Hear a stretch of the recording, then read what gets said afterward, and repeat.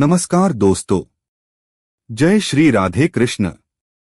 आप सभी का एक बार फिर से स्वागत है हमारे चैनल भजन कहानी में। आज मैं आपको पितृपक्ष की एक बहुत ही प्रचलित कथा सुनाता हूँ। यह कथा है जोगे और भोगे की। पितृपक्ष की कथा के अनुसार जोगे और भोगे दो भाई थे। दोनों अलग अलग रहते थे। जोगे धनी था और भोगे निर्धन था। दोनों में बहुत ही प्रेम था। जोगे की पत्नी को अपने धन का बहुत अभिमान था, लेकिन भोगे की पत्नी बहुत ही सरल हृदय की थी। पितृपक्ष आने पर जोगे की पत्नी ने उससे पितरों का श्राप करने को कहा, तो जोगे ने इसे व्यर्थ का कार्य समझकर टालने की कोशिश करी। लेकिन उसकी पत्नी ने उससे कहा, यदि हम ऐसा नहीं करेंगे तो लोग बातें बनाएंगे और फिर अपने मायके वालों को दावत पर बुलाने और अपनी शान दिखाने का उसे यह उचित अवसर लगा।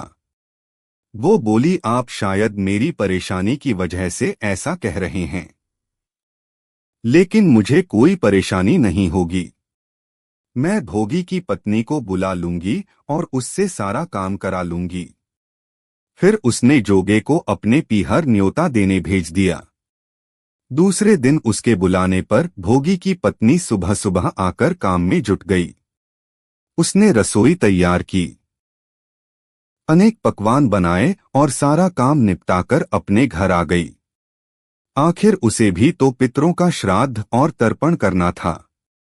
इस अवसर पर जोगी की पत्नी ने उसे रोका भी नहीं। शीघ्र ही दोपहर हो गई। पितरी भूमि पर उतरे। जोगे भोगे के पितर पहले जोगे के यहाँ गए। उन्होंने देखा कि उसके ससुराल वाले वहां भोजन करने भी लग गए और फिर वो निराश होकर वहां से आ गए। अब वो भोगे के यहाँ गए। वहां क्या था? उनके पास तो खाने को कुछ नहीं था। उन्होंने तो मातृपितरों के नाम पर अगियारी दे दी थी।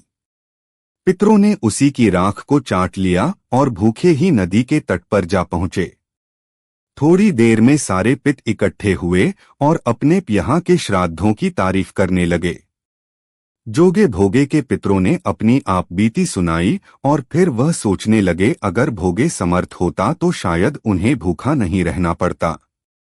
मगर भोगे के यहाँ तो 2 वक्त की रोटी भी खाने को नहीं थी। यह सब सोचकर उन्हें भोगे पर दया आ गई और वह नाच नाच कर गाने लगे, भोगे के घर धन हो जाए, भोगे के घर धन हो जाए। अब शाम हुई। भोगे के बच्चों को कुछ भी खाने को नहीं मिला था। उन्होंने अपनी माँ से कहा, माँ भूख लगी है। तब माँ ने उन्हें टालने के लिए कहा, जाओ आंगन में हौदी औंधी रखी है, उसे जाकर खोल लो और जो मिले बांटकर खा लेना। बच्चे वहां पहुंचे तो क्या देखते हैं कि हौदी तो मोहरों से भरी पड़ी है। वो दौड़े दौड़े मां के पास पहुंचे और उसे सारी बात बताई। आंगन में आकर भोगे की पत्नी ने यह सब देखा तो वह भी हैरान हो गई। इस प्रकार भोगे भी धनी हो गया, मगर धन पाकर भी वो घमंडी नहीं हुआ। अब फिर पितृपक्ष आया।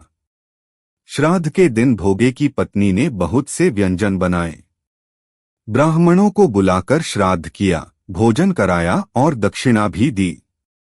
जेठ जेठानी को सोने चांदी के बर्तनों में भोजन कराया। इससे पितरी बहुत प्रसन्न हुए और तृप्त हो गए। तो यह थी श्राद्ध पक्ष में सुनी जाने वाली जोगे भोगे की कथा। आपको आज की यह कथा कैसी लगी? कमेंट करके जरूर बताएं। अगर आपको यह कथा अच्छी लगी हो तो लाइक जरूर करें और साथ ही मेरे चैनल को सब्सक्राइब करना ना भूलें। धन्यवाद।